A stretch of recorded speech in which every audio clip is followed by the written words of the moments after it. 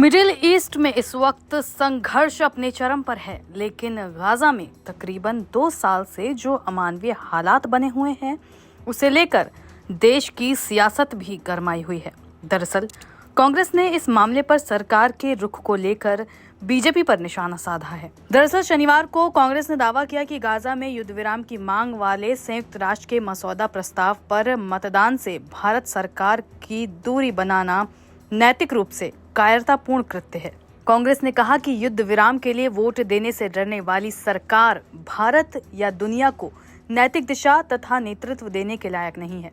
मुख्य विपक्षी दल कांग्रेस ने ये सवाल भी किया कि पिछले 6 महीनों में ऐसा क्या बदलाव आया जिसके कारण भारत ने युद्ध विराम का समर्थन करना बंद कर दिया, और तो और फिलिस्तीन पर पूर्व प्रधानमंत्री अटल बिहारी वाजपेयी के सैद्धांतिक रुख को भी पीछे छोड़ दिया। इस मामले पर कांग्रेस नेता प्रियंका गांधी ने वोटिंग में शामिल न होने को लेकर कहा कि ये शर्मनाक और निराशाजनक है।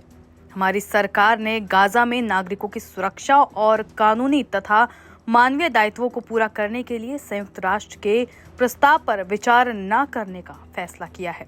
प्रियंका ने आगे कहा, 60,000 लोग, जिनमें ज्यादातर महिलाएं और बच्चे हैं, पहले ही मारे जा चुके हैं। एक पूरी आबादी को बंधक बनाकर भूख से मारा जा रहा है और हम कोई कदम उठाने से इनकार कर रहे हैं।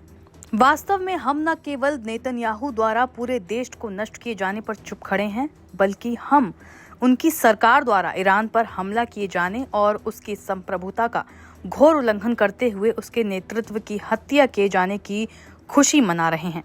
Aim right, achieve big. At KR Mangalam University, we provide you the platform to turn your dreams into reality. At KR Mangalam University.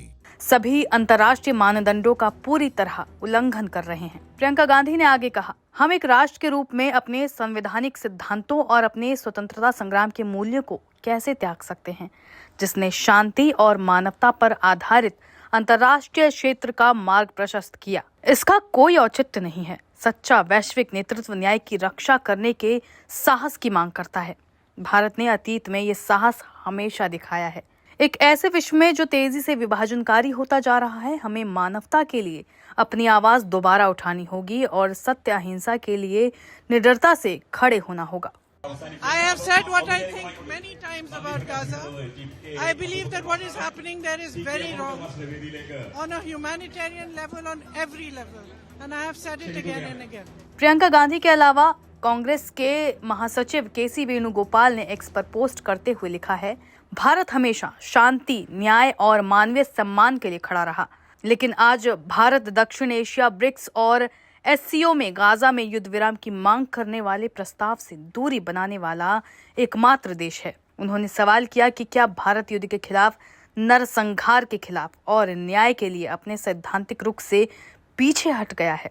Venugopal ने कहा कि विदेश मंत्रालय को स्पष्ट करना चाहिए कि पिछले 6 महीने में ऐसा क्या बदलाव आया है जिसके कारण भारत ने युद्ध विराम का समर्थन करना बंद कर दिया है। हम जानते हैं कि सरकार को नेहरू जी की विरासत का बहुत कम सम्मान है, लेकिन फिलिस्तीन पर वाजपेयी जी के सैद्धांतिक रुख को भी क्यों पीछे छोड़ दिया। इस मामले पर केसी वेणुगोपाल के अलावा कांग्रेस के पवन खेड़ा ने भी बीजेपी को घेरा। कांग्रेस के मीडिया विभाग के प्रमुख पवन खेड़ा ने कहा, भारत का 12 जून 2025 को संयुक्त राष्ट्र में गाजा युद्ध विराम पर मतदान से दूर रहना एक चौंका देने वाला, नैतिक रूप से कायरतापूर्ण कृत्य है। साथ ही ये हमारी उपनिवेशवाद विरोधी विरासत और स्वतंत्रता संग्राम के मूल्यों के साथ शर्मनाक विश्वासघात है। हालांकि बता दें कि इस वोटिंग में शामिल न होने वाला भारत अकेला देश नहीं है। ऐसे कुल 19 देश हैं जिन्होंने इस वोटिंग में हिस्सा नहीं लिया। महासभा में स्पेन की तरफ से प्रस्तुत प्रस्ताव पर मतदान हुआ। इस प्रस्ताव में तत्काल, बिना शर्त तथा स्थायी युद्ध विराम और हमास तथा अन्य समूहों द्वारा बंधक बनाए गए सभी लोगों को तत्काल रूप से रिहाई की मांग की गई है। भारत समेत 19 देशों ने मतदान में भाग नहीं लिया, जबकि 12 देशों ने प्रस्ताव के खिलाफ वोट किया और इसके पक्ष में 149 वोट पड़े।